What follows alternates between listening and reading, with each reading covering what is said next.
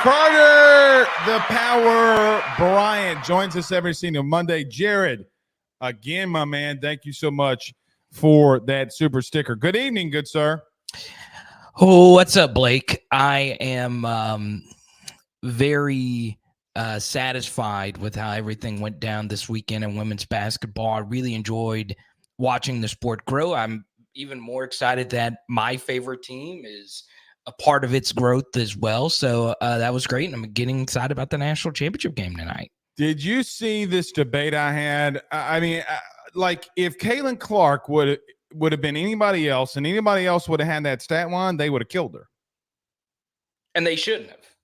They shouldn't have. I disagree. Look, what she did. If LeBron James goes to a final with that stat line, people will kill him. Okay, she went for 38 and 5. What's wrong with that? 30 and 5. But you better score 30 points if you shoot 28 times. Oh no. 30 points, 8 assists, 5 rebounds. You better got 30 points if you shooting 28 times. Okay. She was fantastic in that championship game. She was. No, she wasn't. Because she had 3 massive turnovers to give South Carolina the lead back. Yeah, they had no legs. They were playing a deeper team in a game where they had to turn around in a 48-hour period where they went to bed at 3 a.m. They got drug tested after the game versus UConn. Okay. And every single South Carolina player played under 30 minutes in the Friday night game. Every single one of Iowa's players played 38 plus minutes. Blake, I am not a huge college basketball bettor. I'm not. I put a whale on South Carolina pulling away in the second half. And this was very much expected. This was a rematch of what LSU did to Iowa. LSU, far deeper team than Iowa. And Jasmine Carson was the one that ran him out of the building. It was the South Carolina bench that ran Iowa out of the building. They're not deep enough to keep up with them. I thought Caitlyn played fine. Should she have played better in the second half? Yes, but guess what? Don Staley's one of the best coaches of all time. She switched up the defensive matchups versus Caitlyn Clark.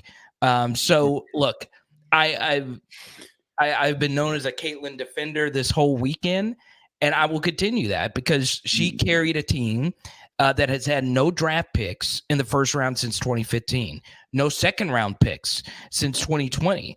And what she did carrying that team to back-to-back national championship games, I understand that everyone's talking about the GOAT and she didn't win the title or anything like that.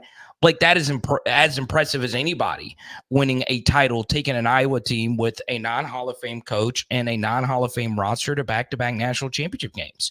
And by the way, okay, go ahead. And by the way, who did she beat in the Sweet 16? Oh, one of the best coaches to ever coach basketball in Kim Mulkey. Oh, yeah, she's 1-1 against him. But she choked in that second half. Yeah. Okay. That's who she beat in the Elite Eight, excuse me. And who does she beat in the Final Four? The only coach that for sure clears Kim Mulkey. Yeah. I'm talking about one singular game. Yeah. Okay. I'm not talking about them. I'm saying she choked in the second half. She had 6 points. She had no gas. I don't get you, Rudy. You better get an EV and call Elon Musk. I mean, I don't know what you want me to expect. You have 6 points, and here's another thing: they would have killed Angel if that would have happened to her. Just throwing it absolutely. Out. So if you're going to measure people the same, you better measure people the same now. Yeah, and guess what? I would defend Angel Reese the same way if she was on the same tear that Caitlyn Clark was on. But don't talk about my Bayou Barbie like that, man. I get upset. I'm going to defend Angel all the way until the end of time, and I'm already asking ESPN to reach out to Caitlyn Clark and Angel Reese to do what they did with Diana Taurasi and Sue Bird, because those two were driving me insane over the weekend with some of the shots they took. Yeah, I didn't see one piece of content from them. They went in on Angel. I did hear that. I'm not spending my time on two. I'm not going to. I like them, but look, if you're going to do it, good. Animosity is good. Diana Taurasi's always been that way. Yeah. But if you're going to do that, good luck. Clark and Angel Reese have a booth, and they will outrate any UConn booth ever. Ever. So I would love to see it next year. But I'm really excited about the future. Really excited about what Kim's doing on the recruiting trail, and we'll see if we can get back on that level next year. She's still choked. Anywho, you are a native Arcan. So before we get to football, very quickly, John Calipari. Yeah. Well, I'm a native Louisianian that has spent a good bit of time in I missed that wrong then. But no, it's all good, man. Look, Blake, I meant like you native, like you're there now. I will tell you this about John Calipari. All right. Let's get to the cow talk. Arkansas in the house. Yes. So here's one thing he recognizes: how important it is to be the biggest show in town. Kentucky really doesn't have any big professional sport teams. Louisville hadn't been the same since Rick left. So Kentucky was the show, right? I mean, they don't really have a football program or whatever. And what does he do? He goes to the only other SEC basketball program where they are the show. Arkansas basketball is the show. Arkansas fans have come to grips that their football program is what it is. And if Cal can win a national championship at Arkansas, Blake, they're waiting for Dave Van Horn to finally get the job done. And if he doesn't this year, it's probably never going to happen. But look, Cal understands if he wins a national championship in basketball at Arkansas, they will build the statue immediately, right? Because obviously, for people that don't know Arkansas sports, they have not won a national championship in anything relevant since 1994. And Blake, which was basketball. Didn't they win? Yes. Right. Yes, it was Nolan Richardson beating Coach K. Bill Clinton in the house, too. Yes. So here's the thing. Think of all the other SEC programs, right, that are kind of like Arkansas level. Mississippi State, they won a baseball title. Ole Miss, they won a baseball title. Vanderbilt's won a couple of baseball titles. South Carolina's got women's basketball, Ray Tanner in baseball. Arkansas has not won a natty in anything that people care about since 94.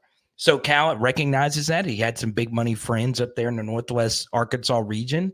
And I think it's a win-win for both parties. I do too, because I think he's better than Musselman. So they've gotten a better coach. The problem is, I think you would know them better than I would. They're going to get to the round of 32 every year, okay, because he's going to recruit at a high level there. I just don't know if Calipari can get over the hump there. There's got to be a question. If you can't do it at Kentucky, then where in the hell can you do it?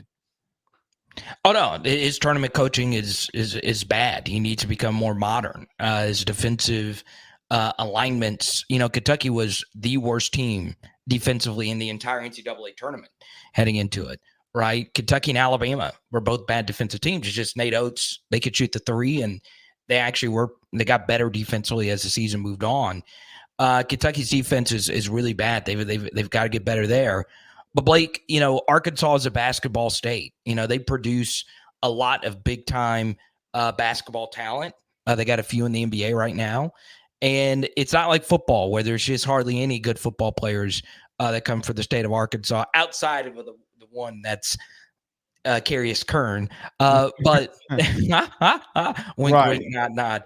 But the truth here is, I think Cal's going to do well, and I think there is a little bit of people overvaluing his NCAA tournament troubles. It's a random tournament. Now, has he been the worst NCAA tournament coach? Yes, he has been a bad choker, but I think he will positively regress and get Arkansas to an Elite Eight at least in the next 4 or 5 years. I can see that.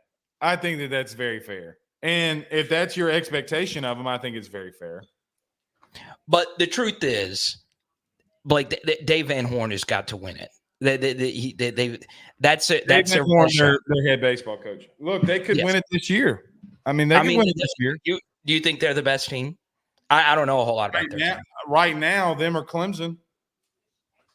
Clemson's good in baseball now? Yeah. God, all that NIL money went to baseball. They said, Dabo, screw you, baby. We baseball fans now. I would have never guessed Clemson, Florida State. Yes, but Clemson's number 2. That is crazy. So Beat Florida State. I think might have swept them. So they're good in basketball now. They're making an Elite 8, and now I can't. I don't know if I can handle it. I really can Dabo. Neither can Dabo. All right, let's get to some LSU football here. Carter, we continue to talk about him, but I got to lead this off with you here. I mean, just another day, another week where Kyren Lacy is going completely off in a practice. What do you – I know that I asked you last week, and you said that you thought he'd be a first-round pick. What are we really supposed to realistically make of this when he's going up into double coverage, coming down with it, breaking 2 tackles, and go for a score in spring football? Like, what do you make of that? Yeah, for clarification, I said he could be a first-round pick, but what I told you last week is someone that does the film studies better than I, who's neutral to LSU, has him as a first-round pick right now, according to his grades. Sorry for not adding that context. Well, that even more furthers your point that Kyren is someone that's really starting to for people to take notice as far as his future NFL chances. Obviously, LSU every year produces a first-round talent at wide receiver. So I think that continues with Kyren. I do believe the hype. If you really look at some of his special plays from last year as a blocker and as a receiver after the catch and as a route runner, I mean, he's a complete package. Now, obviously, we're always worried about the drops. Everybody's always going to be worried about the drops of Kyren Lacy. They're like that about Brandon LaFell. So I think Kyren's going to be special. I see a 70 catch, 1,000-yard season. Might not be 1,000 yards. That's a lot. But 800, 900-yard season, I could definitely see it. I asked Brian Kelly about the radios and the helmets, trying to fish out a deeper answer from him that he did not bite on. I asked him about the radios and the helmets on Saturday. Okay. Because they're going quick huddle, and they're going under center. And I got to be honest with you, when they do, I don't think Nuss is as good as Nuss is not good there. I think he gets flustered too easy when he's got to do 5 and 7 step drop backs. And I think that there were multiple times where if he wasn't outside the pocket and couldn't see over the line, he did not make good throws. And I think that happened multiple times. But he got bailed out by C.J. Daniels and Kyren Lacy a couple times. I guess 2 questions to you here. Number one, what am I supposed to make of Nuss, having throws where Kyren had to bail him out, okay, in a scrimmage, versus in spring, I might add, versus a philosophy change that he's got to get used to some extent. Yeah, I'll be honest, Blake. If I was a play caller, and I know I do a lot of film studies, but I'm not a coach. I'm not. But if I was a play caller, one thing I would do is go under center. Go under center a lot more. It makes life so much easier for your offense. The bad part about the quick huddle. Yeah, and look, the bad part about that is LSU just doesn't have a whole lot of experience with that. I mean, they were mostly a shotgun team, but if Brian Kelly wants to get the run game going under center really helps out with that. It just does. From a timing standpoint, from keeping the defense guessing standpoint, there's so many other things you can do out of play action. The hard part about that, though, Blake, is there are going to be times when you do play action where your back is to the play, right? And it's a completely different processing situation when you have to turn your back to the defense off the play action fake. Can I make a quicker read? Yeah, and then also, like you said, a 5-7 step drop for a shorter quarterback. Garrett Nussmeier is not, Kyler Murray, but he's not obviously Jaden Daniels or Burrow back there. It could be tricky, doing 6-7 step drops. It does help, though, if they're going to do more of that his dad is a professional offensive coordinator. Well, not coordinator, but quarterback coach. So Garrett should be able to do some under center stuff. But that does concern me, considering, Blake, LSU has mostly been a shotgun team. I don't know if I'm necessarily concerned or observant. Yeah. You know, like, hey man, he made the right read, but even then he didn't. I mean, Carter, in the best play of the day, he threw into double coverage. If Kyren doesn't go up the ladder and break 2 tackles, that play, I mean, honestly, if Kyren doesn't jump and make that catch, it's picked off because PJ Woodland legitimately is behind Kyren Lacy and jumping and thinking he's about to catch it. But Kyren comes down with it, and then he breaks 2 tackles. It is what it is. Then he's going under center again. He's trying to go across the middle. And Kyren Lacy's got to dive for another catch. And by the way, I really think that this entire spring he has said, fuck it, Kyren's down there somewhere. I legitimately, and I'm not joking. Like, Carter, of 4 passing plays, you went to a check down because he didn't have the fade to Chris Hilton. And then basically he said, I'm done with this. I'm going to Kyren Lacy, even if it was a wrong read. So that was all under center. I thought it was moderately pretty good in the gun. You know, like I think he went 8 of 11 is what I calculated, okay, in the second team period. So not bad. But he also has not thrown it in the 2 Saturdays I've been there, has not thrown a touchdown in the red zone. Not one. Yeah, look, I do like that Garrett Nussmeier isn't afraid to make mistakes in practice. That's where you want. And he will let it rip, dog. Yeah. I mean, he is not. And I think that, here's you bring up a great point. All right, let me clarify. It's not that he can't make the play, because I think with experience, he's going to make that play. I legitimately think that he's just like, watch this shit. I got a crowd around me. Watch this shit. I'm about to throw the shit out this motherfucker. And he makes a bad read, and that has been his problem. I really think he's going to have a good season. I'm just saying, like, look, if we're going down a fine-tooth comb here, okay, he's just not. He's got to take a step back and just make the play. Don't worry about anything else. Make the right play. Yeah, and I think one thing, Blake, that should be interesting. This is how I feel, you know, hearing your practice reports and just hearing things as far as the LSU wide receiver room is concerned. Yeah, this room is really deep right now. But the way I see it is I do have Kyren on a different tier than everybody else. No doubt. And that's nothing against Chris or CJ or any of those guys. I do think one small thing is very important. I think Brian Thomas Jr.'s breakout, because we felt the same way last year. Malik was on a different tier than everyone else. It's just Brian Thomas Jr. dominated a lot of practices. It just didn't necessarily translate to the field. And right? when you're dominating every Saturday at a practice, Carter, it's not very likely that that you don't translate that to fall. Right. So I was very, very bullish on Brian Thomas Jr. I remember. Going we had the debate on this show. I remember. Yeah. Believe me. Yeah. And you know, part of it was just practice reports. He had been dominating practices, you know, for a while. And there's times where Chris Hilton dominates practice and all of that. It's just there's a lot of data that was pointing towards BTJ having a pretty big season. I just don't know if there is a number 2 receiver right now for LSU that is on BTJ's level, if that makes sense. I agree. I think I think Chris has a good shot. I'm still high on Xavier Thomas and those guys. So I do think there are times where Garrett's like, okay, Kyren's that guy. I know Kyren is going to go up there and make a play. The next thing I would bring up is, as far as these practices are concerned, you've brought this up plenty of times, is the defense normally picks up on what's happening.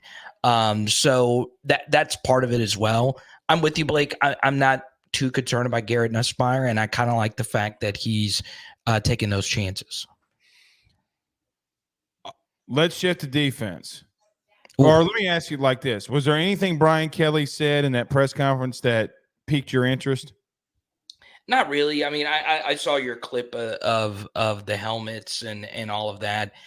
Obviously, not a whole lot. I think BK is just ready for the spring game, so he can get ready for what's going to be, you know, an absolutely wild next couple of weeks. Okay, let me ask it differently then. Okay, are you surprised by his comments about Major Burns? Because I got to be a little real with you.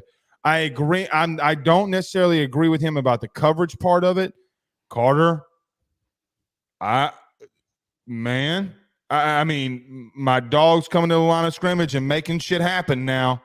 I mean, there were 3 outside zone runs where I'm talking about Caleb Jackson's coming downhill, and he said, watch this shit. And I'm like, oh, God damn. Sound like a damn thunder. It sounded like thunder when they hit. I'm serious. And I'm like, bro, that's 3 times that he's made this play. Okay. Carter, I don't know if this safety room isn't.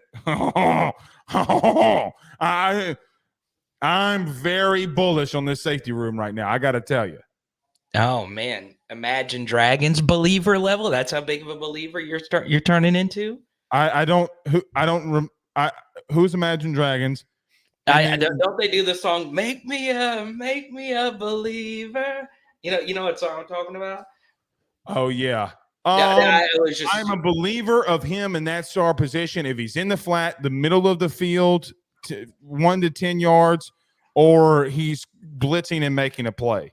If you put him in the middle third and you're asking him to cover, he ain't gonna do that. It's not a skill set. And there were times where he didn't make the play but disrupted Caleb Jackson, where he had to bust it back up inside on an outside run. That it's like, look, he's not gonna make the play on paper, but he made the play. Yeah, so this is how I view Major Burns, right? I think in space it's an issue, right? If he's on any type of island situation, whether it's coverage or having to make a big open field tackle. Now, in a crowded space, a little bit closer to the line of scrimmage, sure.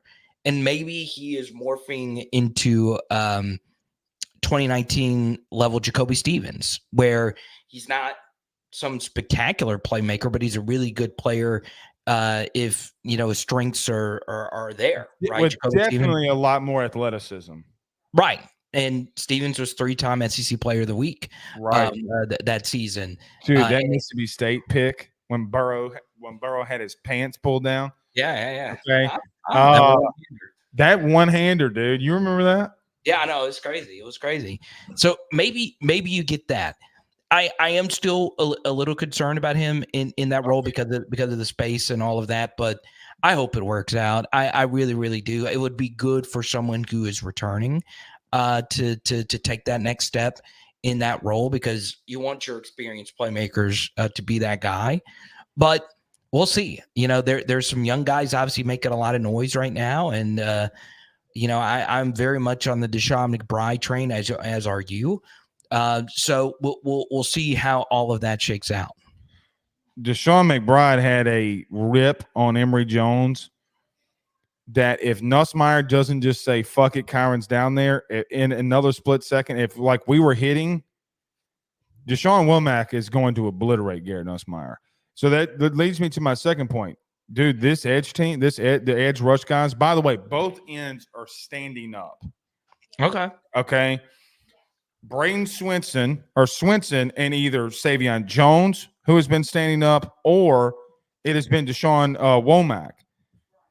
Carter, as bad as they've been in the interior, they sure have not been completely bad on the edge. Not in team drills. They are getting after it a little bit now. So, for example, first play of scrimmage, Braden Swinson had a sack. Second play was the Deshaun Womack thing. Carter, I think they're just going to be overall better. I really do. I think the problem that they have is in the middle of their defense, which is where most of everything happens, right? And so you got to be careful with that. Carter, they've made a lot of plays on defense, man, and I can't ignore it anymore. I'm like, maybe they know it, maybe they don't. But Carter, even if they do know it, they're still bringing down Caleb Jackson. Yeah. They're still bringing him down in space. So there's got to be something. What do you make of the edge guys getting a couple sacks here on Saturday? And what do you make just like, man, are they just going to be overall better because of play calling? Yeah, I think Coach Peoples is a big part of that. He comes in with a lot of fanfare. This guy who's been at a lot of different spots, Arkansas way back in yesteryear, and obviously most recently with Missouri. I like Coach Peoples a lot. He grades out pretty well. And my buddy Dave Bartu's assistant coach metrics. So I like Coach Peoples. I like he's really high on him. Yeah, I mean, look, I will tell you this, right? If Deshaun Womack is able to put it together, should be a pretty big time player. And Brayden Swinson and Swinson, he hit Will Campbell on a dip and rip, left-handed dip and rip. I thought Will Campbell broke his ankle. Not really, but I mean, that's good. That's good. I mean, look. Yeah, I'm talking about like. So, did you see the People's video today about I would have hit your middle? No, I watched the first part about it. I didn't finish it. Seconds. It was in that first 10 seconds. That drill that they were working in the first 10 seconds was 1,000% replicated by both defensive ends or both outside linebackers. 100% the dip and rip. And you're talking about. So you're talking about the video where they showed him literally the video that they showed literally when we got out there that morning. That's what they were working on was pass rush, getting to the passer, and literally both guys standing up on the edge made the play on what they taught. It was taught at 9 a.m. It was executed at 12 p.m. There you go. Putting those traits out onto the field. That's what you want to see, man. They're going to be overall better, buddy. I'm telling you. You know how I felt about the offense last year, and me and you had all these conversations that I thought they'd be the number one team in the SEC, like offensively. Carter, I think they might. I think if they're able to establish some stuff in the middle and that interior defensive line, it's a big if. They're going to be a top 5 SEC defense. I'm bullish on that. It's going to happen. Top 5. Top 5. You want to know why? You want to know why? Because of play calling. No, I don't know. I'm so conflicted, Carter. I think I was wrong about personnel to some extent. Oh, well, there you go. I'm loving that. There you go. I'm probably a little bit more skeptical than you, but I'm down. Let's go. Let's go. I'm willing to die on that sword. Problem with that makes my hot take very bad is Carter. Look, man, the interior of the defensive line sucks. I mean, it's not that it sucks. I think Jacoby and Guillory has been serviceable, buddy. They got Chemo Macanole in there.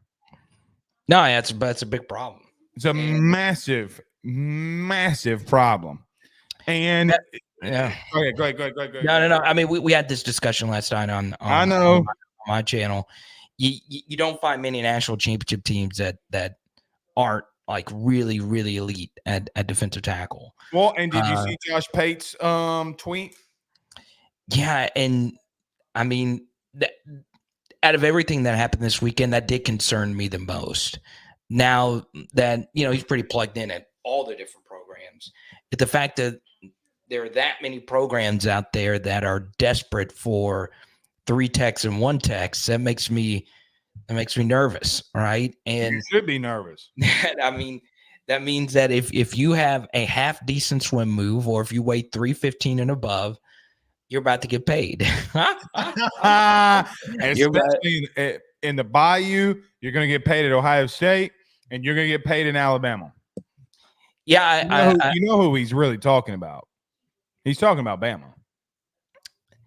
Yeah, and I've heard some things about Oregon and a bunch of schools looking to beef up that room. So, yeah, that does concern me because LSU, I do think it's code red there. I was a little bit more optimistic, but after seeing a few things and hearing a few things, especially from you, Blake, I mean, you're a trench guy. That's what you care the most about more than anything. They're getting obliterated. And yeah, if you want my opinion, they're getting obliterated. Yeah, and more so just doing a little bit more digging. I'm like, okay, is what I'm seeing just am I hyperbolizing how bad it was? Well, I mean, Carter, I talked about it on my show. Sean Washington is somebody that's got to play. Yeah, and you have a walk-on freshman and Borderline, who, by the way, has not looked great at right tackle. They need to move him back to left or move him in the interior. Carter, I got to be real with you. He can't get pancaked by those two dudes. It cannot happen because here's the thing. Those two guys are the least talent that he will see when it comes playtime. Yeah, and I am very, very, very concerned about the LSU defensive tackle room. And I try not to be like too anecdotal about that, but no, it's red panic. Yeah, like when you really think about it, it's just like, man, Michigan's defensive tackle room was elite. All those Georgia teams, elite defensive tackle rooms. All those Alabama teams, elite defensive tackle rooms. All the LSU teams. There was not a championship LSU team that was not elite NFL draft picks at defensive tackle. And it concerns me. It really, really does. I play defensive tackle. It's my favorite position in any sport. And yeah, I try not to, because, if you play the position, even though I didn't play it at a high level, you always look at it more critically, right? You look at interior linemen a lot more critically than I would or anyone else, because you played it. Every like little nuance about it. And I'm just like, ooh, man, it's tough. It is something you should be concerned about, and hopefully there are some remedies, and hopefully Dominic McKinley, comes in and he's Trevon Walker, but we'll see. How did you just get that thumb bubble on your head, dude? Okay, so Jared, who just super chatted you, is one of my really good friends. I don't know, it just pops up randomly on mine. It doesn't pop up randomly because I don't know. I didn't even do a thumbs up. Look, I'm trying to see if this is. I have no idea. I'm glad you saw it, because sometimes I think I'm just seeing stuff. I thought I'd already smoked weed that I hadn't smoked yet or something. Last thing for you: who wins tonight, UConn or Purdue? Yeah, so I rolled with UConn minus 6.5. But like I'll be honest, there's not many positions I was ever stronger on than South Carolina covering the 6.5. You're about to say it about UConn, aren't you? Yeah, I am not comfortable with that. I think Purdue is really good. I've taken a lot of UConn's, and obviously they just crush against the spread, even against an Alabama team that was able to play with them. So I just rolled with UConn. I really don't have any like strong position like I had on South Carolina. And I'm almost to the point now, Blake, where I feel like I could actually do something in women's college basketball betting next year. So I might try to go in on that, because like, and this is Bet Online would probably tell you this. Look below your name, betonline.ag. Yeah. So the bigger the sport, the sharper the market is going to be, right? And women's college basketball wasn't always offered in sports books, so it's still like a brand new kind of thing, and it's still like getting used to being like handicapped and all that stuff. I'm gonna try to see if I can if I can get like a 55 to 60% win rate on it. But men's college basketball, as you know, Blake, is probably the second hardest behind the NFL when it comes to winning long term. Do you know Dove Kleeman? Oh, I hate that guy. I do too. He says breaking college football 25 is expected to come out on July the 19th. I would not believe a word he said. And he's also one of the shitty dudes that did the Malik Nabers thing over the weekend. He was the one that spread misinformation. Yeah, if you have diehard info, I'm never just going to blindly, fully, defend any LSU player. But if you're an aggregator, you always got to be a little bit more careful when you do that. And obviously that spread like wildfire. And I hated it for Malik Nabers. But he might fall to the Saints now. Kidding. He's not falling to the Saints. All right, Carter Bryant. Let's